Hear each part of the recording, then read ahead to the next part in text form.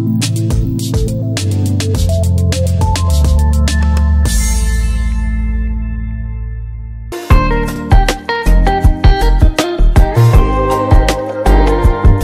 मुंबई में मंगलवार को हुई जोरदार बरसात से पूरे शहर में जहां तहां पानी भर गया, जिसके चलते नवी मुंबई के तुर्भे सेक्टर 21 में घरों तक पानी पहुंच गया।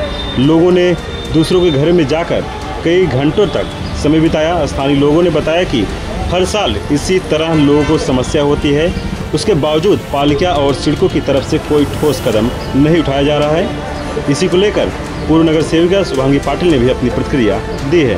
वहीं स्थानीय नागरिकों ने भी कहा कि पालिका हमारे साथ दुर्व्यवहार कर रही है। आम्ही झोपत नाही, खरं सांगतो। खालून पाणी येतं, बाहेरून पाणी येतं आणि घरं बांधायचे बोलले तर यांना 3-3 लाख रुपये द्या। कुठनं द्यायची गरिबांनी? काय करायचं? आम्ही मरावं का जगावं या परिस्थितीत? तुमच्या घरापर्यंत पाणी पूर्ण गल्ली गुडघ्याच्या वरती पाणी असतं, म्हणजे आमच्या घरात पाणी जेवण नसतं आम्हाला।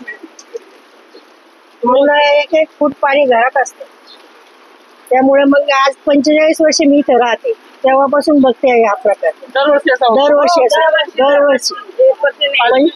पालिकेचे लोक काही कामाला येतात की नाही येतात?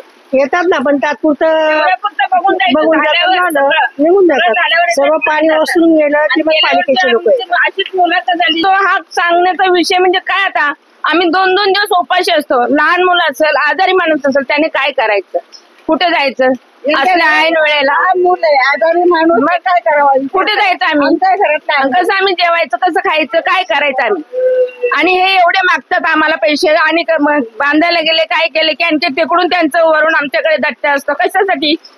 आम्ही राहायचं, आम्ही घर द्यायचं, आम्ही हे सगळं आमच्या सोयी आम्ही आमच्यासाठी आमच्या खर्चातूनच आम्ही करतो ना। मग आम्हाला का नाही सोयी मिळायला पाहिजे? किती वर्षापासून पाणी भरतं? 45 वर्ष झाले आम्ही हात तास पडतोय।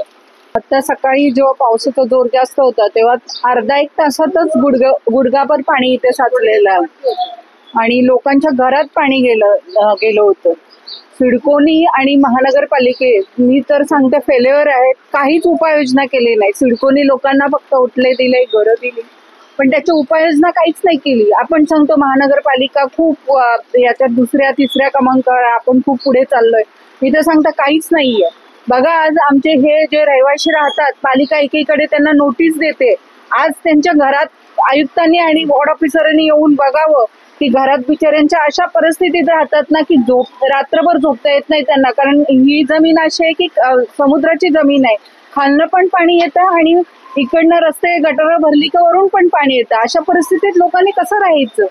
मग घर उंचावर केलं की नोटीस पाठवतात पालिका। लोकांनी जगावं पण नाही, मरावं पण नाही, अशी गत पालिकेने आज केली आहे। लास्ट टाइम मी सर्व अधिकारी पूर्ण घेऊन आमच्या सेक्टर 18चा पूर्ण एरिया तुम्ही जर पाऊस जर जास्त झाला बघितला तर एकही त्या रस्त्याला जेवढे ऑफिसेस आहेत, दुकानं आहेत, पूर्ण नुकसान होतं सामानाचं त्यांचं। एवढं पाणी त्यांच्या गुडघ्याभर पूर्ण ऑफिसमध्ये दुकानात पाणी साचलेलं असतं त्यांच्या। मी लास्ट पर्यंत त्यांनी सांगितलं की भरती आणि ओटीच्या वेळेला हा प्रॉब्लेम होतो। मग आम्ही सर्व अधिकाऱ्यांना घेऊन मी खाडीच्या किनाऱ्यापर्यंत गेलं तर मँग्रोवचा जाल पूर्णपणे पसरलेला आहे। त्यांचं म्हणणं, जेव्हा पाणी भरती येते तेव्हा पाणी आत येतो, पण जेव्हा ओटी होते तेव्हा जायला तो पाणी रस्ताच नाहीये। पण त्याच्यावर मग आयुक्तांना मी पत्रही दिलंय की त्याच्यावर तुम्ही उपाययोजना करा, पण आतापर्यंत ही परिस्थिती झाली 4 वर्ष त्याला, पण त्या परिस्थितीत काही सुधारणा नाही। आज आहे तीच परिस्थिती आहे। इव्हन आयुक्त साहेबांना मी मागच्या वेळेला पत्र दिले की इथे 1-2 गटारे आहेत, नाला आहे, तो करणं गरजेचं आहे, पण आयुक्त साहेबांनी मागचा नाला केला आणि पुढचा नाला आहे तसाच ठेवला। ही कुठलं नाही? आता ते लोक आले होते नाही, त्यांनी आता थोडस फक्त सलिया घातली, गटारात बघितलं आणि आहे ती परिस्थिती बघितली आणि निघून गेले। बाकी काही करतच नाही ते। जेव्हा पाणी भरतं तेव्हा कोणी अधिकारी नसतं। पाणी जेव्हा सगळं निसरतं तेव्हा अधिकारी त्या वेळेस बघायला येतात फक्त नुसते नावाला। पावसाळ्यापूर्वी इथे काय काम झालं होतं का? म्हणजे गटारांची साफसफाई केली होती? गटारांची साफसफाई केली असती तर आज गुडघावर पाणी नसतं साचलं ना। पुस्तक साथ पंकज की रिपोर्ट, आवाज टुडे, नवी मुंबई।